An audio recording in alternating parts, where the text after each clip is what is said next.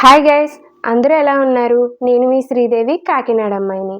ఈ వీడియో వచ్చేసి మా హస్బెండ్ క్యాన్సర్ జర్నీ కోసం అనమాట. అంటే తనకి క్యాన్సర్ అనేది మీరు సిమ్టమ్స్ని ఎలా గెస్ చేశారు, తనకి క్యాన్సర్ అని మీకు ఎప్పుడు తెలిసింది, ఇలాంటి క్వశ్చన్స్ నన్ను చాలామంది అడుగుతున్నారు కదా. దానికోసం నేను ఆల్రెడీ షార్ట్స్ వీడియో చేయడం స్టార్ట్ చేశాను.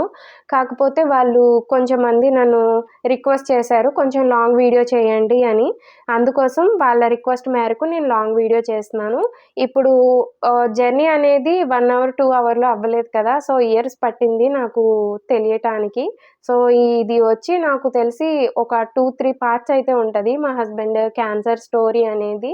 సో, ఇందులో నేను నాకు సంబంధించిన డీటెయిల్స్ కూడా అంటే నాకు చుట్టూ ఉన్న సిట్యుయేషన్స్‌లో నేను మా హస్బెండ్ క్యాన్సర్‌ని ఎలా గెస్ చేశాను అనేది నేను ఇలా చుట్టూ ఉన్న సిట్యుయేషన్స్ కూడా ఎక్స్‌ప్లెయిన్ చేస్తూ వీడియో అయితే చేస్తున్నాను.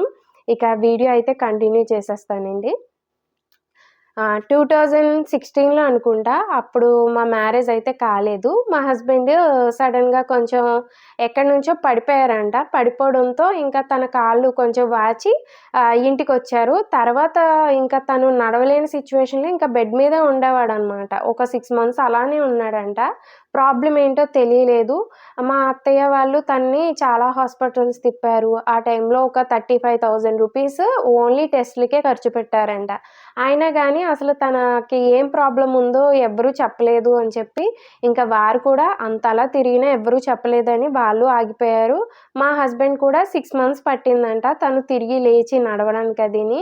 సో, నేను తిరిగి లేచి నడుస్తున్నాను కదా, దెబ్బ తగలడం వలన నాకు బాగా డ్యామేజ్ అవ్వడంతో ఇలా ఏదైనా అయ్యుంటుంది. అది పైకి కనిపించలేదేమో. ఇప్పుడు నేను సెట్ అయిపోయాను కదా అని చెప్పి తను కూడా ఇంకా తన హెల్త్ కోసం పట్టించుకోలేదు. మాది అయితే ఇదే అంటే ఈ ఏరియాకి మేము రెంటెడ్ రావడము, తను ఇంటి దగ్గర ఉన్న ఈ టైంలో నన్ను చూడటము, ఇష్టపడటము ఇలాంటివన్నీ చేశాడు. అది కాస్త మా మ్యారేజ్ వరకు వచ్చింది. అయితే తను ఫుల్లీ ఇంకా రిపోర్ట్స్ అంతా బానే ఉన్నాయి కదా, హెల్తీగానే ఉన్నాను కదా, ఫుల్లీ నేను హెల్తీ కాబట్టి ఇప్పుడు అని చెప్పి ఇంకా తర్వాత మ్యారేజ్ ప్రపోజల్ తీసుకురావడము, మా మ్యారేజ్ అవ్వడం ఇదంతా జరిగింది. అయితే ఈ ఇన్సిడెంట్‌కి మా మ్యారేజ్‌కి ఇంచుమించుగా 1 ½ ఇయర్ అయింది. ఈ 1 ½ ఇయర్‌లో తనకెప్పుడు ఫీవర్ గూడా రాలేదు. సో, తను బాగానే ఉన్నాడు. ఈ 1 ½ ఇయర్ కూడా బానే ఉన్నాను కదా అని ఇంకా తన హెల్త్ కోసం ఎప్పుడూ అంతగా పట్టించుకోలేదు.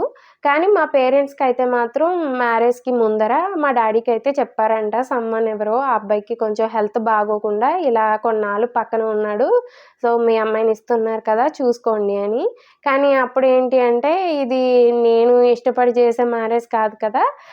ఫస్ట్ నుంచి కూడాని మా అమ్మాయి ఇంకా అబ్బాయి ఇష్టంతో చేసుకుంటున్న మ్యారేజ్ కాబట్టి నేనేం చెప్పినా ఇప్పుడు అది కరెక్ట్ వేలో కన్వర్ట్ అవ్వదు అని చెప్పి ఇంకా మా డ్యాడీ అయితే ఇప్పుడు హెల్తీగానే ఉన్నాడు కదా శ్రీను. సో, ఏ ప్రాబ్లమ్ లేదు అని ఇంకా మ్యారేజ్ కూడా అయిపోయింది.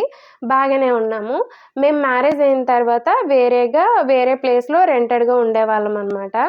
సో, రెంటెడ్‌గా వేరే ప్లేస్‌లో ఉండడానికి కూడా చాలానే రీజన్స్ ఉన్నాయనుకోండి. అలా వేరేగా ఉండే టైంలో ఏమైంది అంటే మా మ్యారేజ్ అనేది అక్టోబర్ 6, 2017లో జరిగింది. 1 మంత్ అయిన తర్వాత అంటే నవంబర్ 6, 2017లోని ఫస్ట్ మంత్ యానివర్సరీ అంటారు కదా, అలా సెలబ్రేట్ చేసుకుందాం అన్నట్టు మేము ద్రాక్షారామములోని శివాలయం ఉంటుంది కదా, పెద్ద టెంపుల్. ఆ టెంపుల్‌కి వెళ్ళామనమాట. అది కార్తీక మాసము. ఆ రోజు చాలా క్రౌడ్ ఉంది.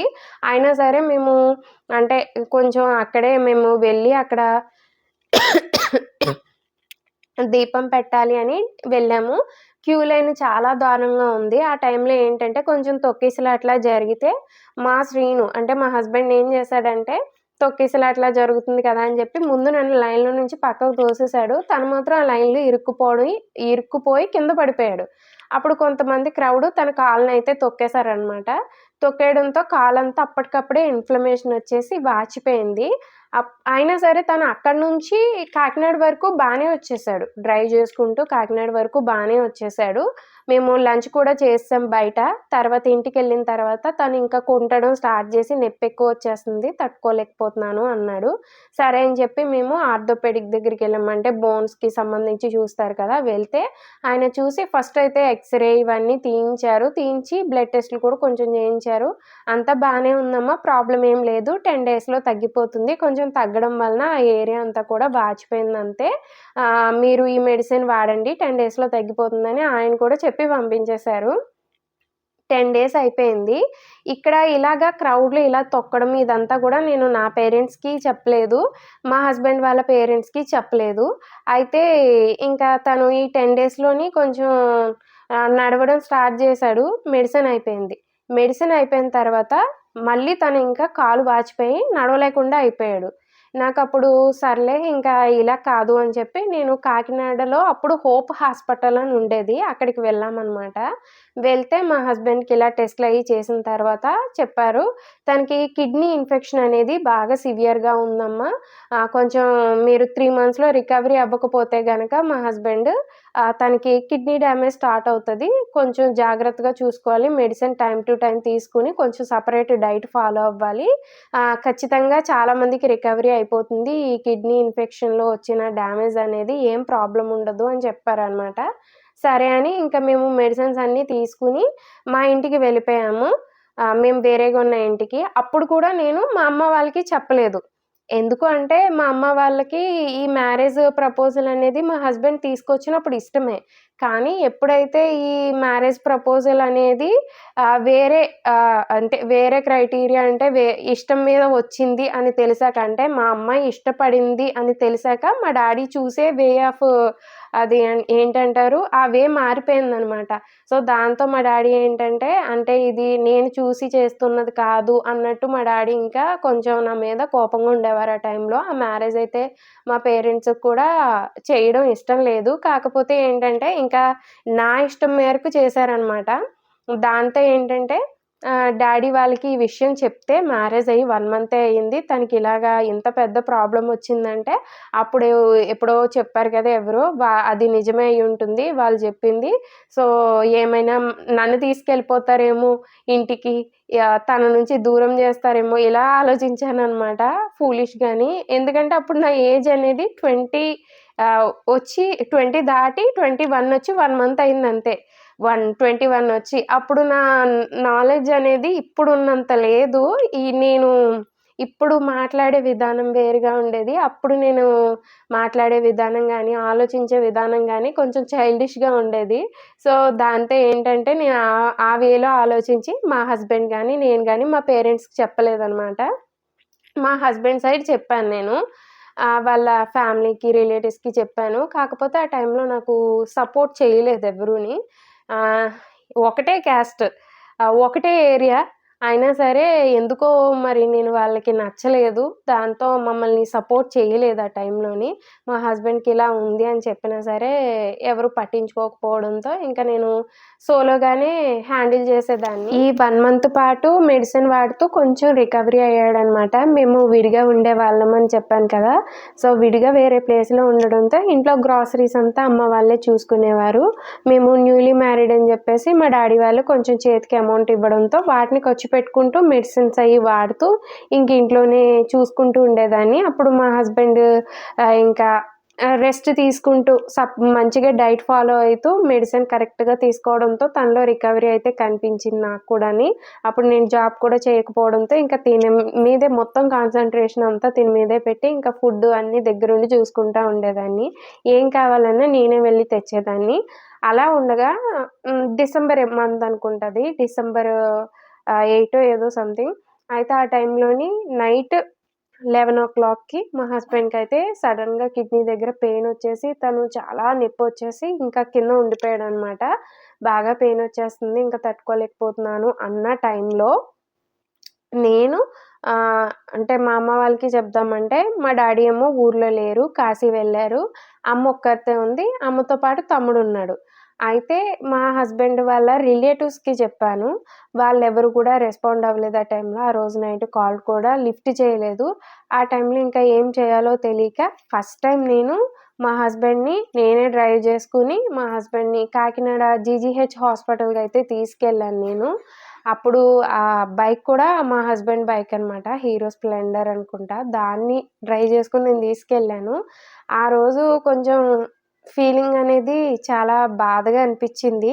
ఎందుకంటే మా హస్బెండ్‌ని ఇలాంటి సిట్యుయేషన్‌లో చూడడము ఫస్ట్ టైమ్ అనమాట. ఎమర్జెన్సీ సిట్యుయేషన్‌లో తను గూడా ఇలా ఫేస్ చేయడం ఫస్ట్ టైము.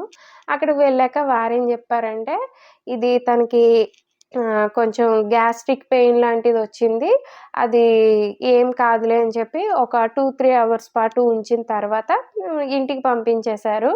ఇంటికి పంపించేసిన తర్వాత విషయమైతే కొంచెం తెలుస్తది కదా! అంటే నైట్ ఎందుకు చేశారు, ఏంటి అని అంటారు కదా! సో, అలా తెలుసుకొని ఇంకా మా హస్బెండ్ వాళ్ళ చిన్నాన్న వాళ్ళది వచ్చారనమాట మా ఇంటికి. వచ్చిన తర్వాత వాళ్ళు చూసారు. మా హస్బెండ్ సిట్యుయేషన్ ఎలా ఉంది, ఏంటి అని చూసి వెళ్లారు. మా తమ్ముడు గూడా అందరూ వచ్చారు అనేసి అది తెలుసుకొని తమ్ముడు గూడా వచ్చాడనమాట. చూసాడు తమ్ముడు కూడా ఆ రోజు అంతా అక్కడే ఉన్నారు. మా హస్బెండ్ వాళ్ళ చిన్నాన్న అంటే మా మావయ్య వాళ్ళ పెద్ద తమ్ముడనమాట. ఆయనేంటంటే మా మావయ్యని వచ్చి అడిగారనమాట. అందరి పిల్లలు అంటే మా మావయ్య వాళ్ళ పిల్లలు అందరూ ఇక్కడిక్కడే మ్యారేజ్ చేసుకొని అందరూ ఇక్కడే ఉన్నారు. వాడొక్కడు ఎందుకు డిఫరెంట్‌గా వేరే ప్లేస్‌లో ఉండాలి. పైగా వాడి హెల్త్ కూడా బాలేదు. అక్కడ సఫర్ అవుతూ ఉన్నాడు. వద్దు అలా ఉంచొద్దు. మీరు తీసుకురావాల్సిందే అని చెప్పేసి మా మావయ్య వాళ్ళని కొంచెం ప్రెషర్ చేయడంతో మా మావయ్య వాళ్ళు వచ్చారనమాట ఆ రోజు. వచ్చినప్పుడు గూడా ఆ సిట్యుయేషను ఇప్పటికీ అలా ఉండిపోయింది నాకు. ఏంటంటే మా హస్బెండ్‌ని ఇంటికి తీసుకెళ్తాను. ఆహ్, నన్ను మా అమ్మ వాళ్ళ ఇంటికెళ్ళిపోండి అన్నప్పుడు మా తమ్ముడు ఏం చేశాడంటే అక్కడే ఉన్నాడు మా తమ్ముడు. అప్పుడు వాడి ఏజ్ నాకు 21 వచ్చిందంటే వాడికి ఇంకా 19 అంటే 19 వచ్చి 19 కూడా రాలేదు. 18 రన్ అవుతుంది. ఆ టైంలో వాడు ఒకటే చెప్పాడు. బావెక్కడుంటాడో అక్క అక్కడే ఉంటుంది. ఇష్టముంటే అలా తీసుకెళ్ళండి. లేదు అంటే మా అక్క నాతో పాటొస్తది. మా అక్కతో పాటు బావొస్తాడు అన్నారు. అప్పుడు మా హస్బెండ్ కూడా నా సైడ్ మాట్లాడి లేదు నేను తనుంటే పాప దగ్గుతుంది శ్రీను. ఇంకా మా తమ్ముడేంటంటే అలా అన్నాడు. అన్న తర్వాత మా హస్బెండ్ కూడా నాకే సపోర్టివ్‌గా మాట్లాడడంతో తనింకా నేను వాళ్ళతో పాటే వెళ్ళిపోతాను. తను ఎప్పుడొస్తుందో నేను అప్పుడే ఆ ఇంటికొస్తాను. మీరెప్పుడు తీసుకెళ్తారో మమ్మల్ని అప్పుడే అంటే, ఇంకా మా ఇంటికొచ్చాము. మా అమ్మ వాళ్ళ ఇంట్లో ఉన్నాము. ఇంచుమించుగా ఒక 20 డేస్ డ్యాడీ కూడా వచ్చేసారనమాట. ఇలా దాచినందుకు కొంచెము కోప్పడ్డారు గానీ, తర్వాత సెట్ అయిపోయింది. అమ్మ దగ్గరుండి అంతా చూసుకోవడం ఇవన్నీ ట్రీట్మెంట్ అంతా ప్రాపర్‌గా చేయించడంతో 3 మంత్స్‌లో రికవరీ అయిపోయింది. ఈ 3 మంత్స్‌లో గూడా ఇంకా మా మావయ్య ఏంటంటే తను అంటే వాళ్ళ అబ్బాయి అత్తగారింట్లో ఉండటము, పైగా హెల్త్ బాగోపోవడము, దాంతో వాళ్ళ బ్రదర్ ఎక్కువ ప్రెషర్ పెడుతున్నాడు అని చెప్పేసి అంటే అన్నదమ్ములు గదా! సో, అన్నయ్య కొడుకు అలా బయటున్నాడు అని జెప్పేసి ప్రెషర్ పెట్టడంతో ఇంకా ఫైనల్లీ మేమైతే మా హస్బెండ్ వాళ్ళ ఇంటికొచ్చేసామనమాట.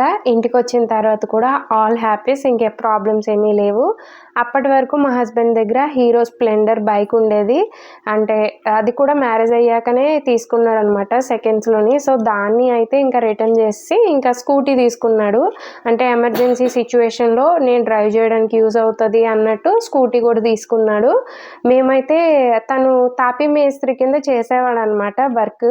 దానివలన అప్పట్లో తనకి 2018లో మార్నింగ్ 9 నుంచి ఈవినింగ్ 6 వరకు చేస్తే 500 రూపీస్ వచ్చేవి. తినేం చేసేవాడంటే మార్నింగ్ 6 నుంచి ఈవినింగ్ 6 వరకు చేసేవాడు. దానివలన 750 రూపీస్ వచ్చేవి.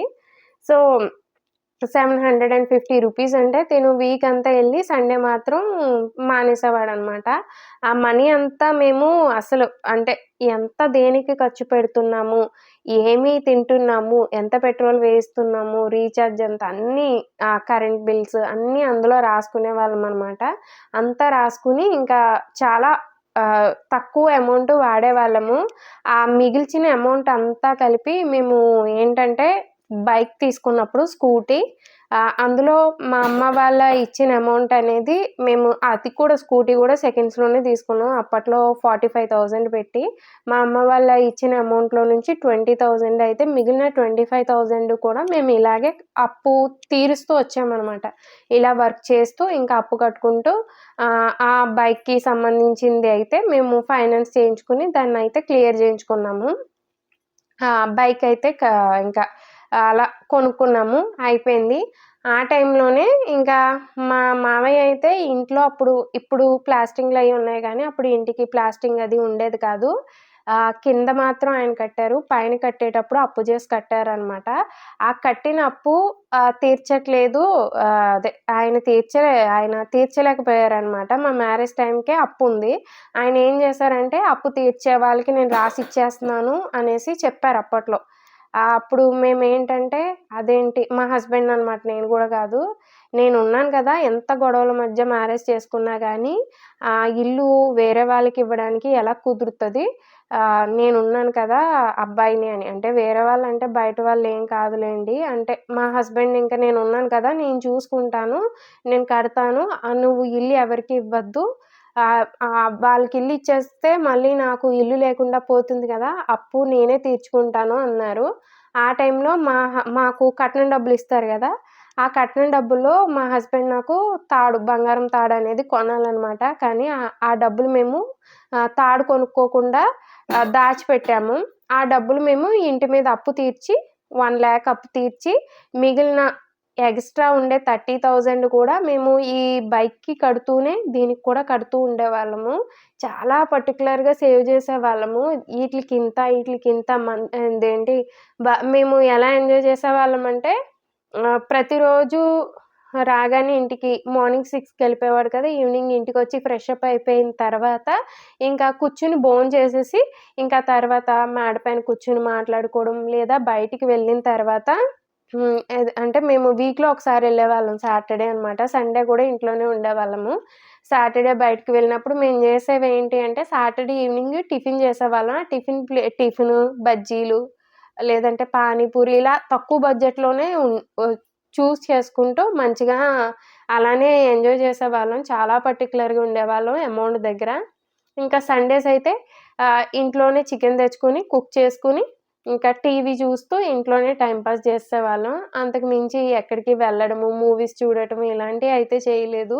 ఎందుకంటే మా మ్యారేజ్ జరిగినప్పుడు ఆహ్, నన్ను కొంచెం ఏంటంటే, అమ్మాయి చూడ్డానికి అందంగా ఉంది, చదువుకుంది. పైగా తను అప్పుడు టీచింగ్ కూడా చేసింది. సో, ఎంత మంచిగా ఉండే అమ్మాయి తాపీ మేస్త్రిని చేసుకుంది అంటే, తను ఖచ్చితంగా బయటికెళ్ళిపోతది, ఏమీ ఉండదు. తిను కూలి పని చేసుకునేవాడు. ఈ టైప్‌లో మాట్లాడారు. చదువు తక్కువే ఈ టైప్‌లో మాట్లాడారు మా హస్బెండ్‌ని.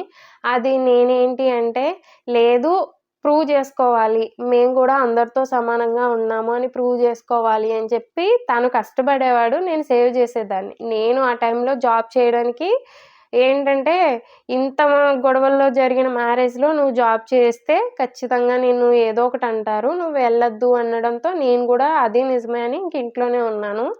ఇంత పర్టిక్యులర్‌గా సేవ్ చేసిన అమౌంట్‌తోనే మేము ప్రతి ఐటెము తీసుకున్నాను. మీరు ఇంట్లో అంటారు కదా! కొంచెం మంది నెగెటివ్ కామెంట్స్ పెట్టేవాళ్ళు ఇప్పటికి స్టిల్ అంటానే ఉంటారు. మీరు మీ ఇంట్లో అదుంది, ఇదుంది, ఏసీ ఉంది, వాషింగ్ మిషన్ ఉంది, ఫ్రిడ్జ్ ఉంది, లేదా టీవీ ఉంది, బీరువా ఉంది, పెద్ద మంచముంది ఇవన్నీ అంటారు గదా! ఇందులో ఈ బీరువా, మంచము, ఈ దివాన్ కాట్ ఇలాంటివన్నీ పేరెంట్స్ ఇచ్చినవే కదా! కట్న కానుకల కింద ఇస్తారు చూడండి అలా ఇచ్చినవి. ఇంకా ఇవుంటాయి గదా! ఏంటి ఏసీ, వాషింగ్ మిషను ఇలాంటివి మేము అప్పట్లో సేవ్ జేసి కొన్నవి. నేను వాటి గురించి సెపరేట్‌గా వీడియో చేస్తాను. ఎందుకంటే నెగెటివ్ కామెంట్స్ చేసేవాళ్ళు ఉంటారు కదా! వాళ్ళకి చెప్పాలి. ఇది ఎప్పుడు కొన్నవి అనేసి. అవి మా హస్బెండ్ మా లవ్లీ పుట్టినప్పుడు నేను, మా హస్బెండ్ కలిసి దాచిన డబ్బులతో కొనుక్కున్న ఐటెమ్స్ అనమాట. సో, అలా ఒక్కొక్కటి దాచుకుంటూ, కొనుక్కుంటూ హ్యాపీగా లైఫ్ లీడ్ జేస్తూ వెళ్తూనే ఉన్నాము. తనకి ఈ మధ్యలో ఏంటంటే ప్రతి ఇయరు అంటే మా మ్యారేజ్ 2017లో జరిగింది గదా! మళ్ళీ 2018 తనకి అదే ఇంకా సీజన్ అనేది అంటే శీతాకాలం అంటారు కదా! వింటర్ సీజన్ స్టార్ట్ అయ్యేసరికి మళ్ళీ తను నడవటం మానేశాడు. నడవటం మానేసి ఇంకా 10 డేస్ ఇంట్లోనే ఉండిపోతే మంచం మీద మేము అప్పుడు మళ్ళీ ఈసారి హోప్ హాస్పిటల్‌కెళ్ళినప్పుడు లేదు కంప్లీట్‌లీ బానే ఉన్నాడు. సీఆర్‌పీ ఏదో ఎక్కువుంది అన్నారు. సరే ఇంకా ఇక్కడ ఏమి మనకి ట్రీట్మెంట్ అనుకున్నట్టు అవ్వలేదు కదా! అని చెప్పి ఇంకొక హాస్పిటల్‌కెళ్ళాము. అది కాకినాడలోనే స్నేహ హాస్పిటల్ అని ఇక్కడ గైగల్‌పాడులో ఉంటుందనమాట. ఆయన దగ్గరికెళ్తే ఆయన చూడగానే అన్నాడనమాట, "ఇతనికి కీళ్ళవాతం ఉందమ్మా." కీళ్ళవాతం అంటే అవి కాళ్ళు, చేతులు పట్టేస్తాయి చూడండి అది అనమాట. "కీళ్ళవాతం ఉందమ్మా దీనికి" అన్నారు. చూడగానే సింప్టమ్స్ అన్నీ చెప్పిన తర్వాత. టెస్టులు చేయిస్తే కీళ్ళవాతం అని తెలిసింది. అయితే ఆయన దగ్గర ట్రీట్మెంట్ తీసుకోవడానికి అడిగితే కొంచెం ఎక్స్‌పెన్సివ్ అన్నారనమాట. కొంచెం బాగా ఎక్స్‌పెన్సివ్ మెడిసిన్ అది చెప్పేసరికి అప్పుడు మేము ఎవరి మీద డిపెండ్ అయ్యేవాళ్ళం కాదు. ఇప్పుడు నా పేరెంట్స్‌ని నేను అడిగి తీసుకునేదాన్ని గానీ, అప్పుడు తీసుకునేదాన్ని కాదు. డిపెండ్ అయ్యేదాన్ని కాదు. అంటే బట్టలు, వస్తువులు ఇస్తే ఓకే గానీ, డబ్బులు తీసుకోవడం అలాంటివి చేసేదాన్ని కాదు. సో, ఇంకేంటంటే హెల్త్ కోసం మేము అప్పటికి సేవ్ చేసి ఉన్న మనీ కొంచెం వాళ్ళని వీళ్ళని అడిగిచ్చుకున్న మనీతో మేము బయట వేరే హాస్పిటల్‌లో ట్రీట్మెంట్ తీయించుకున్నామనమాట. నార్మల్ జనరల్ ఎంబీబీఎస్ డాక్టర్ దగ్గర ట్రీట్మెంట్‌కెళ్ళాము. కాకపోతే కీళ్ళవాతం అనేది స్పెషలిస్ట్ దగ్గరే చూపించుకోవాలి అనడంతో స్పెషలిస్ట్ దగ్గరికి కూడా వెళ్ళాను. పేరు కరెక్ట్‌గా గుర్తులేదు. బానుగుడిలో అనమాట. ఆయన అదేంటి కాకినాడ జీజీహెచ్‌లో కూడా ఆర్థోపెడిక్ కింద చేశారు. కీళ్ళవాతం స్పెషలిస్ట్ అంటే ఆయన దగ్గరికెళ్ళాము. ఏమీ తగ్గలేదనమాట. సీజన్ స్టార్ట్ అయిన తర్వాత సెప్టెంబర్ నుంచి తను సఫర్ అవుతూ ఉన్నాడింకా డిసెంబర్ వరకుని. ఇదంతా పని కాదు అని జెప్పి మేమైతే ఆయుర్వేదము ఆయన తెలుసు మా హస్బెండ్‌కి. ఇంతకుముందు తనకిలా అయినప్పుడు అంటే తను నడిచాడన్నాను కదా! తిరిగి. ఆ టైంలో ఎవరో ఏదో ఆయుర్వేదం మెడిసిన్ ఇచ్చారంట. సో, ఆ మెడిసిన్ యూజ్ చేద్దామంటే తుని వెళ్ళామనమాట మేము. ఇక్కడి నుంచి తుని మార్నింగ్ వెళ్ళి మళ్ళీ తిరిగొచ్చేసరికి నైట్ అయిపోయింది. అప్పుడంతా నేనే తనతో పాటు. తను ఎలా ఉన్నా, ఏ కండిషన్‌లో ఉన్నా ఇంక తనతో నేనే అనమాట. అప్పుడు తను డ్రైవ్ చేయలేనల్లప్పుడల్లా నేనే డ్రైవ్ చేసి తీసుకెళ్ళడం ఇలా చేశాను. ఇంత దూరము ఒంటరిగానే తన్ని తీసుకొని వెళ్ళడం, తీసుకురావడం ఇలా చేసేదాన్ని. ఇంకా అక్కడికి వెళ్ళిన తర్వాత ఆయన మెడిసిన్ ఇచ్చాడు. ఆ మెడిసిన్ కంప్లీట్ అయిన తర్వాత కూడా తనకి మళ్ళీ వచ్చేసేదనమాట. ఇంకప్పుడు ఏం జేయాలో తెలీక మళ్ళీ రామేశ్వరంలో మా హస్బెండ్ లేదు నేను ఆయుర్వేదమే యూజ్ చేస్తాను. కానీ ఆయుర్వేదము ఇలాగ కంబైన్డ్ మెడిసిన్ ఎవరు ఇస్తారా అంట అని చెప్పి చెప్పడంతో మేము రామేశ్వరం ఎళ్ళాను. అక్కడ రామేశ్వరం వెళ్ళి ఒకాయనకి చూపిస్తే ఆయన సరే సింప్టమ్స్ అన్నీ కీళ్ళవాతం అంటున్నారు కదా! అన్నట్టు ఇంగ్లీష్ మెడిసిన్ ప్లస్ కీళ్ళవాతానికి సంబంధించింది ఏదో మెడిసిన్ ఇచ్చారు. మా హస్బెండ్ మళ్ళీ తిరిగి ఈ సెప్టెంబర్ నుంచి డిసెంబర్ వరకు ప్రాబ్లమ్స్ ఫేస్ చేశాము. మళ్ళీ 2019 జాన్యువరికొచ్చేసరికి తను రికవరీ అయిపోయాడు. జాన్యువరికొచ్చి రికవరీ అయిపోయి మళ్ళీ వర్క్‌కెళ్ళడం స్టార్ట్ జేశాడు. ఈ మధ్యలో మేము సఫర్ అయింది 3 మంత్స్ ఉన్నా గానీ మాకు మనీ కావాల్సినప్పుడల్లా తను వర్క్‌కెళ్ళడం గూడా జేసేవాడు. ఇద్దరు మనుషులు బతకడానికి అప్పుడు నాకు తెలిసి 10,000 బాగా ఎక్కువ. కానీ మా హస్బెండు తను కష్టపడి కనీసం మంత్‌కి 20,000 తెస్తే అవి సేవ్ జేసి ఏదో ఒక వస్తువు తీసుకుంటా ఉండేవాళ్ళము. తనకి హెల్త్ బాలేని టైంలో అలాంటి సేవింగ్సే యూజ్ అయినియి. మళ్ళీ తిను 2019 జాన్యువరిలో మళ్ళీ వర్క్‌కెళ్ళడం స్టార్ట్ జేశాడు కదా! ఇంకా ఆ టైంలోనే నేను లవ్లీని క్యారీ చేశాననమాట. ఆ టైంలో లవ్లీని క్యారీ చేసినప్పుడు గూడా తను హెల్తీగా శ్రీను గూడా బాగానే ఉన్నాడు. సో, నా ప్రెగ్నెన్సీ గూడా బాగానే ఉంది. అప్పుడు ఇంకా తను వర్క్‌కి వెళ్ళడం అంటే నా ప్రెగ్నెన్సీ అనేది నాది కొంచెం నెగెటివ్ గ్రూప్. అంటే ఓ నెగెటివ్ అనమాట. హై రిస్క్ ప్రెగ్నెన్సీ అంటారు కదా! కాంప్లికేషన్స్ కొంచెం వచ్చినియనమాట. అంటే నేను అప్పుడు బాగా సన్నగా ఉండేదాన్ని. వీక్‌గా ఉండేదాన్ని. దాని వలన తిను వీక్‌గా ఉంది అని అనేవారనమాట. దాని వలన నాకు కొంచెం చూసుకోవడము, బెడ్ రెస్ట్, మెడికేషన్ ఇదంతా దగ్గరుండి చూసుకోవాల్సొచ్చేది. తిను వర్క్‌కి వెళ్ళేవాడు. అప్పుడు కూడా 6-6కే మార్నింగ్ 6కెళ్ళిపోయి మళ్ళీ ఈవినింగ్ 6కొచ్చేవాడనమాట. అప్పుడు గూడాని అలా బానే ఉన్నాము. కానీ ఎగ్జాక్ట్‌గా నాకు సెవెంత్ మంతొచ్చింది. సెవెంత్ మంతొచ్చినప్పుడు మా హస్బెండ్‌కి సడెన్‌గా 1 వీక్‌లోనే అంటే కళ్ళు ఫస్ట్ రెడ్డిష్ అయినియి. తను ఫోటోగ్రఫీ కూడా చేస్తాడనమాట మా హస్బెండ్. అప్పుడు ఫోటోగ్రఫీ అంటే వీడియోస్ తీయడానికని ఎళ్ళాడు. ఈ పని కాకుండా వీడియోస్‌కి కూడా మనీ కొంచెం వస్తాయని జెప్పి వీడియోస్ తీయడానికి వెళ్ళినప్పుడు 3 డేస్ వరుసగా పడుకోకుండా వీడియోస్ తీశాడనమాట. అప్పుడు తన కళ్ళు రెడ్డిష్ అయిపోయినియనమాట. కొంచెం పడుకున్నాడనుకోండి మధ్యలోని. అయితే రెడ్డిష్ అయిపోతే కళ్ళు మేమనుకున్నాం వీడియోస్ అయ్యి తీయడం వల్లనేమో అనుకున్నాము. తర్వాత 1 వీక్‌కి తన కళ్ళనేవి ఇంకా కనిపించడం మానేసి, ఎదురుగా ఉన్నది ఎవరో పోల్చుకోలేనంత దారుణంగా అయిపోయింది తన కళ్ళు. అప్పుడు మేమింకా ఏం చేయాలో తెలీక ఈ మధ్యలో ఇంకేం ప్రాబ్లమ్స్ రాలేదు. మళ్ళీ మేము అంజనా హాస్పిటల్‌కి వెళ్తే వాళ్ళు చెప్పారు. తినికి కళ్ళు కనిపించట్లేదు అంటే తిను ఏదైనా సంథింగ్ ఏదైనా చనిపోయిన వేటినైనా ముట్టుకునుంటాడు. అంటే ఎలకలు ఇలాంటివుంటాయి కదా! సో, అలాంటి వాటిని ముట్టుకున్న దరిదాపులకెళ్ళినా ఇన్ఫెక్షన్ వలన కూడా ఇలాంటి ప్రాబ్లమ్స్ ఒస్తాయి అన్నారు. కానీ మా హస్బెండ్ పక్కాగా లేదు అదేం కాదు అన్నారు. మరి ఇంకా దేనికి వస్తది అనేసి అడిగినప్పుడు వారు చెప్పారనమాట. టీబీ ఉన్నా, క్యాన్సర్ ఉన్నా, హెచ్ఐవీ ఉన్నా, లేదా ఎయిడ్స్ ఉన్నా ఇలాంటి ప్రాబ్లమ్స్‌కి కూడా కళ్ళు కనిపించకుండా పోతాయి అని. అయితే ఇప్పుడు దీనికేం జేయాలి అంటే నేను ఒక ఇంజెక్షన్ సజెస్ట్ చేస్తాను. దాన్ని కంట్లో చేయించుకోవాలి. ఒకవేళ అది వర్క్ అవ్వకపోతే మీరు కంటి ఆపరేషన్ చేయించుకోవాలి. వైజాగ్ వెళ్ళి మార్పించుకోవాలి అన్నారు. ఐరిస్ ఏదో మార్చాలి ఏదో చెప్పారు. వర్క్ అవుతదో లేదో ముందు ఆ ఇంజెక్షన్‌కి సంబంధించిన అదే ఏంటి పెన్సిలిన్ ఇంజెక్షన్ ఏదో అనుకుంటా. బాడీకి ఏదో చెయ్యాలి అని జెప్పారు మాకు. అది చేసి అది రియాక్షన్ లేకపోతే నేను కంట్లో చేస్తాను అన్నారు. వారు చేశారు మార్నింగ్. ఈవినింగ్‌కి రియాక్షన్ వచ్చేసింది. పెద్దగా ఇదంతా వాటర్ బబుల్‌లా వచ్చేసిందనమాట రియాక్షన్. ఆయనకి చూపించాము. రియాక్షన్ ఇలా వచ్చింది ఏంటి అనేసి చూపిస్తే అప్పుడు ఆయన టెస్టులు చేయించుకోమంటే మా హస్బెండ్ అన్నీ చేయించుకున్నారు. అదేంటి క్యాన్సర్ టెస్ట్ తప్ప. అంటే హెచ్ఐవీ, ఎయిడ్స్, టీబీ చేయించుకున్న తర్వాత అన్నీ నెగెటివ్ వచ్చినియి. అన్నీ నెగెటివ్ వచ్చినియి. ఇలా వచ్చిందేంటి డాక్టర్ క్యాన్సర్ టెస్ట్ ఒకటి ఉండిపోయింది గదా! అది కూడా చేయించేద్దామా అనేసి నేనంటే, ఆ రోజు డాక్టర్ ఏమన్నారంటే, "అమ్మ మీ హస్బెండ్ చూడ్డానికి యంగ్ హెల్తీగా ఉన్నాడు. తనకి ఏముంటుంది ప్రాబ్లము, అది ఏదో నార్మల్‌గా తన ఒంట్లో ఇన్ఫెక్షన్ ఉండడం వల్ల కూడా రియాక్షన్ వచ్చి ఉంటది. సో, దాన్నేమి పెద్ద కేర్ చేయక్కర్లేదు" అని చెప్పి కంట్లో ఇంజెక్షన్ చేశారు. చేశాక కూడా తనకి ఏమైనా సైడ్ ఎఫెక్ట్స్ వస్తాయేమో అని చెప్పి మీ హస్బెండ్‌కి మేబీ టీబీ వచ్చే అవకాశం ఏమైనా ఉందేమో ఆ మెడిసిన్ వాడించండి అని. టీబీ అంటే మనకి దగ్గుతా ఉంటారు కదా! అదనమాట. సో, అది వాడించండి మెడిసిన్ అంటే, మా హస్బెండ్‌కి తీసుకెళ్ళి హాస్పిటల్‌లో చూపిచ్చాము. కాకినాడలోని జనతా హాస్పిటల్ ఏదో ఉంది సంథింగ్. అక్కడికి వెళ్లి చూపిస్తే వారన్నారు, "అవసరం లేదు. మీ హస్బెండ్ హెల్తీగానే ఉన్నాడు.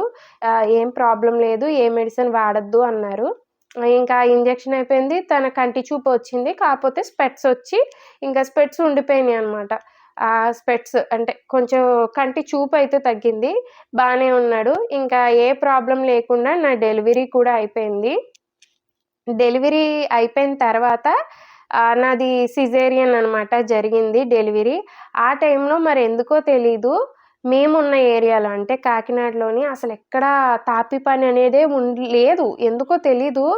ఏం ప్రాబ్లమ్ వచ్చిందో ఆ ఇయర్‌లో నాకైతే పెద్దగా తెలీదు గానీ అసలెక్కడా తాపి పని చేయించేవారు కాదు. ఏంటి 2019 అది 2019 నవంబరు, డిసెంబరు టైంలో తాపి పని గాని ఏ పని ఉండేది కాదసలు. ఆ టైంలో మా హస్బెండ్ ఇంటికాడ ఉన్నాడనమాట. నేను ఆ టైంలో ఏంటంటే, ఇప్పుడు మన ఏపీలోని వాలంటీర్‌లని స్టార్ట్ జేశారప్పుడు. నేను స్టార్టింగ్‌లో చేయకూడదు అనుకున్నాను. తర్వాత ఏంటి అంటే, ఇంకా మా హస్బెండ్‌కి హెల్ప్ అవుతది కదా! వాలంటీర్ అంటే కొంచెం వర్కు ఎంతో కొంత మనకి ఆహ్, అడ్జస్ట్ చేసుకునే వర్క్ కదా! అని నేనప్పుడు వాలంటీర్‌గా చేస్తున్నాను. సో, ఆ అమౌంట్‌తోనే పాపకి కావాల్సిన నీడ్స్ అంటే ఇప్పుడు జనరల్లీ పాప పుట్టిన తర్వాత అబ్బాయి వాళ్ళు ఇంత పెట్టడం అని ఉంటది. అమ్మాయి వాళ్ళు ఇంత పెట్టడం అని ఉంటది కదా! అమ్మగారి తరపు, అత్తగారి తరపు అని. సో, మా హస్బెండ్‌కి ఆ అమౌంట్ అంటే నేను వాలంటీర్‌గా చేసిన అమౌంట్ అప్పటి వరకు దాచిన అమౌంట్ ఏదైతే ఉందో ఆ 20,000 దాచాననుకుంటా. ఆ 20,000 ఇచ్చాను. తను వాటితో బేబీకి కావాల్సినన్ని జూసాడు. తను హ్యాపీ. కాకపోతే మా పాప పుట్టిన తర్వాత 2019 కంప్లీట్ అయ్యి 20 వచ్చేసింది జాన్యువరి. మా హస్బెండ్‌కి మోషన్‌లో బ్లడ్ పడటం అనేది స్టార్ట్ అయింది. కొంచెం కొంచెం. ఈ బ్లడ్ పడడం అనేది స్టార్ట్ అయిన తర్వాత మళ్ళీ హాస్పిటల్‌కి పరిగెట్టామనమాట. అసలేంటి ఇలా బ్లడ్ పడుతుంది అలా అని చెప్తే అది ఆహ్, పిలకలు. మోషన్ దగ్గర హోల్ దగ్గర పిలకలనుంటాయి. అవి ఉన్నట్టున్నాయి. అవి స్టార్ట్ అయినందువలన మీ హస్బెండ్‌కి ఇలాగా బ్లడ్ పడుతూ ఉందేమో. మేబీ అంతే వేరే ఏం లేదు అన్నారు. ఎప్పుడు బ్లడ్ టెస్ట్‌లు చేయించడము, స్కానింగ్‌లు చేయించడము నార్మలే. రిపోర్ట్స్ నార్మల్ రావడం కూడా ఎప్పుడూ ఇది నార్మల్‌గానే ఉండేది. అయితే ఇలా బ్లడ్ పడడం కూడా మేబీ దానివల్లే అయ్యుంటదని అక్కడ వరకు మేము లైట్ తీసుకున్నాము. ఎప్పుడు మేము ఏ రీజన్‌తో హాస్పిటల్‌కెళ్ళినా మాకు ప్రతి రీజన్ అంటే మాకు పలానాది అని తెలిసినప్పుడు అంటే కంటి కోసం తెలిసినప్పుడు గానీ, కాలు కోసం తెలిసినప్పుడు గానీ, వెళ్ళిన ప్రతి రీజన్‌కి మాకు అక్కడ ఆన్సర్ దొరికేసేది. దాని వలన మేము ఫర్దర్ ట్రీట్‌మెంట్‌కి వెళ్ళలేదు. ఫస్ట్ కాలుతో స్టార్ట్ అయింది. కాలు నుంచి మళ్ళీ తనకి కిడ్నీ అన్నారు. కిడ్నీ నుంచి మళ్ళీ కాలని చెప్పారు. సరే అది ఇంకా తనకి కీళ్ళవాతం పూర్తిగా తగ్గింది. కిడ్నీ ఇన్ఫెక్షన్ క్లియర్ అయింది అన్న టైంలో మళ్ళీ కంటికొచ్చింది. కళ్ళు కూడా క్లియర్ అయినియి. కళ్ళు కూడా క్లియర్ అయిన తర్వాత ఇప్పుడు మోషన్‌లో ఇలా బ్లడ్ పడుతుంది అన్నారు. అది కూడా మేము మెడిసిన్ వాడుతూ ఉన్నప్పుడు అది కూడా క్లియర్ అయింది. ఇంకా ఏంటంటే వెళ్ళిన ప్రతిసారి సొల్యూషన్ దొరుకుతూ ఉన్నప్పుడు మనము ఏమి ఫర్దర్‌గా ఎళ్తాం చెప్పండి? పలానా దానికి పలానాది రీజన్ అని తెలిసినప్పుడు ఇంక ఫర్దర్‌గా వెళ్ళం కదా! నాకు ఈ సింప్టమ్స్ అన్నీ కనిపించాయి. కానీ నేను ఎక్కడికక్కడ దీనికిది అని సర్ది చెప్పుకునేలాంటి ఆన్సర్ దొరికేసింది. ఇంకేం చేస్తాను చెప్పండి?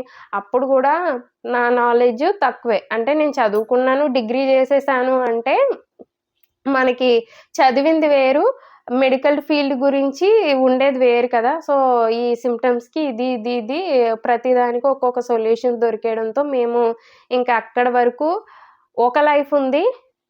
తర్వాత 2019లో మన కరోనా స్టార్ట్ అయ్యాక ఒక లైఫ్ అనమాట. అప్పటి వరకు సంపాదించే మా హస్బెండ్ అప్పటినుంచి అంటే అప్పటి వరకు మేము పీక్స్‌కి వెళ్ళాం కదా! అప్పటినుంచి అంతేలాగా కింద పడిపోయాము. ఇది చెప్తే చాలామంది నమ్మరు గానీ, పాత రోజుల్లోని ఫేస్‌బుక్‌లోని నాకు మంచి ఫాలోవర్స్ ఉండేవారనమాట. అప్పట్లో నా పిక్స్ గానీ, మా హస్బెండ్‌వి, నావి పిక్స్ గానీ చూసిన వాళ్ళకి తెలుస్తది. మేము ఎంత హైప్ వరకు వెళ్ళి కింద పడ్డాము అనేది. అంటే ఎంత వరకు సేవ్ చేసుకొని మేము ఎంత వరకు హైప్‌కెళ్ళామో అంతే కిందకి పడ్డాం.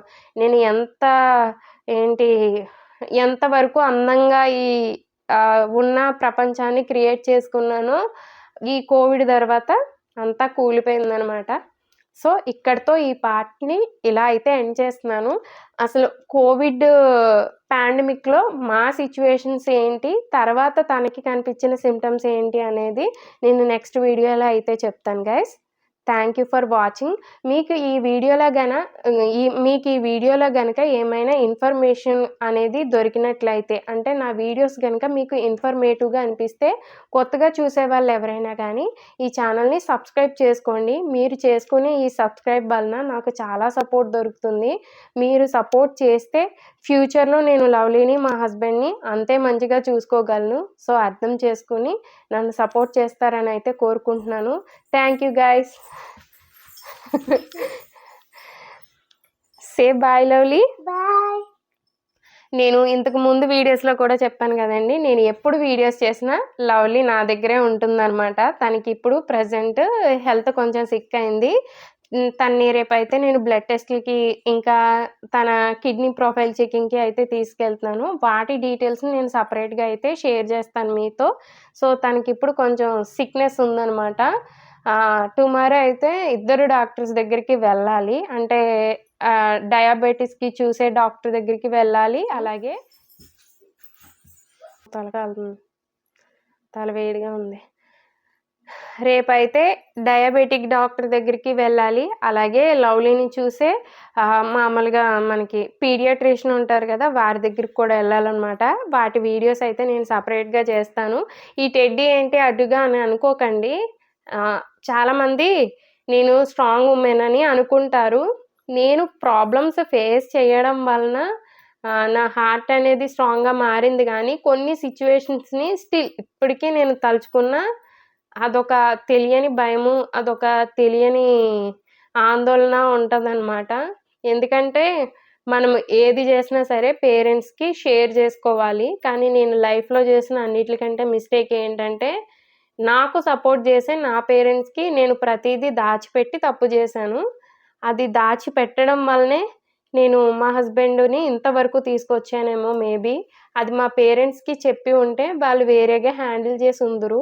తనని నాకంటే ముందుగా ఇంకా మంచి బెటర్ హాస్పిటల్‌లో చూపించుండేవారు.